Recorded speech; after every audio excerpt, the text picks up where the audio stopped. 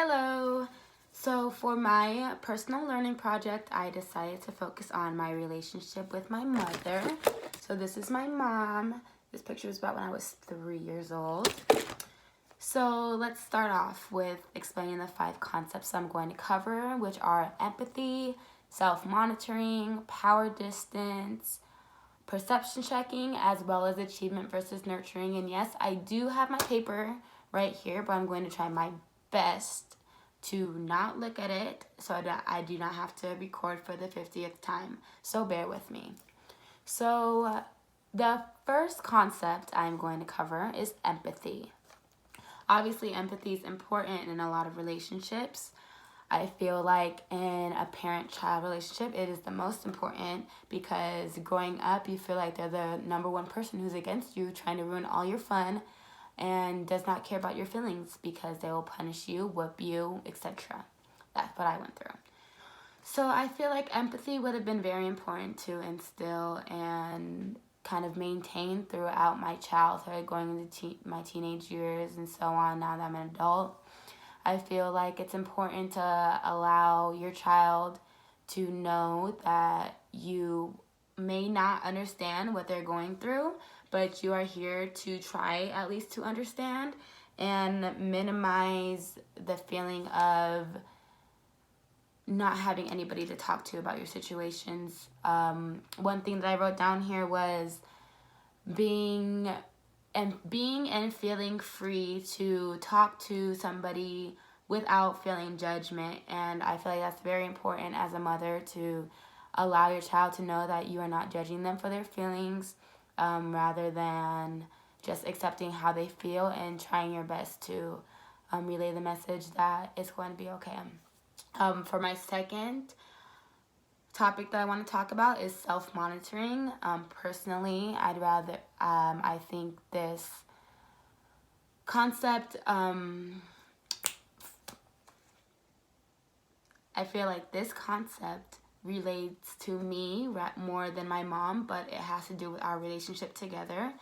I feel like if I would have used self-monitoring to recognize my actions, while I'm talking to my mom, recognize my behavior and how I was feeling before going to talk about certain topics with my parents, and realizing that maybe if I'm in a bad mood or mad about something that happened to me during the day, rather than going into a conversation with them about something that is even more stressful to me or gets my emotions pretty rattled, I should probably take the time out of my day to let those emotions go before talking to them, because the conversation is not going to go anywhere with my emotions all in a bunch. And it, like I'm going to talk about later with perception checking, it gives off the wrong idea to my parents or to my mom about how I'm feeling towards her.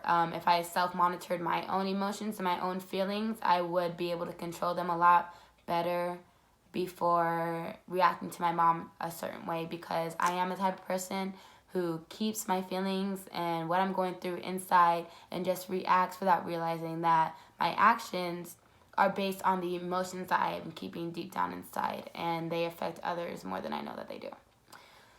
The third thing that I'm going to talk about is power distance. So growing up, my family basically instilled the fact that we run off of a high power distance family.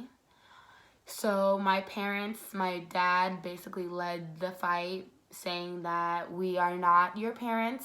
We are not your friends. We are your parents. My mom let me know from an early age that she is my mom first and then my friend. And yes, that is okay to do.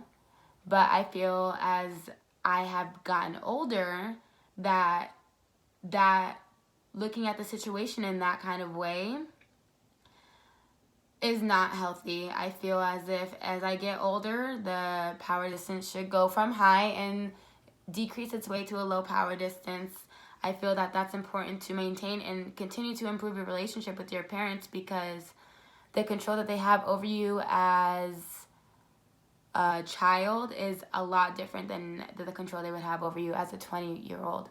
So with my mom, I feel like sitting down and having a conversation with her about power distance, because she does kind of push the limit a little bit, but I let her do her mommy loving on me. So yeah, I'm pretty cool with it. We have a good power distance relationship, and I feel like it has decreased to a low power distance as I have gotten older.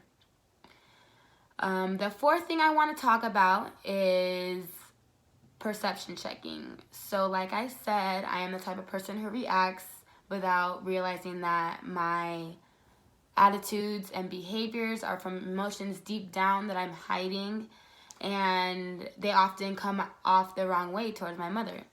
So I feel like if she would have came to me rather than demanding me tell her what's wrong, inviting me into a conversation in a comfortable setting, sitting me down and recognizing that this is how I react when I'm not feeling 100%, and kind of putting her words together in a more friendlier tone to try to find out what is exactly wrong with me, rather than just automatically getting mad at me when I'm in a bad mood, because it obviously hasn't worked since I was a younger kid. So I feel like the conversation of perception checking would have been very beneficial when I was growing up. And the last thing I want to talk about is going to be achievement versus nurturing. I feel, or I don't feel, I know that my parents raised me or my mom raised me under an achievement-based relationship, and my brother under a nurturing. I think this has benefited my relationship with my mom because it allows her to recognize that she does have two different children, and the reactions to each child is different, and her raising me under the achievement versus the nurturing side of parenting has really benefited our relationship, because it shows me that if you work hard for what you want and achieve the things that you want to achieve, then in the end you will be happy. And my mom continues to display that to me every single day with her hard work.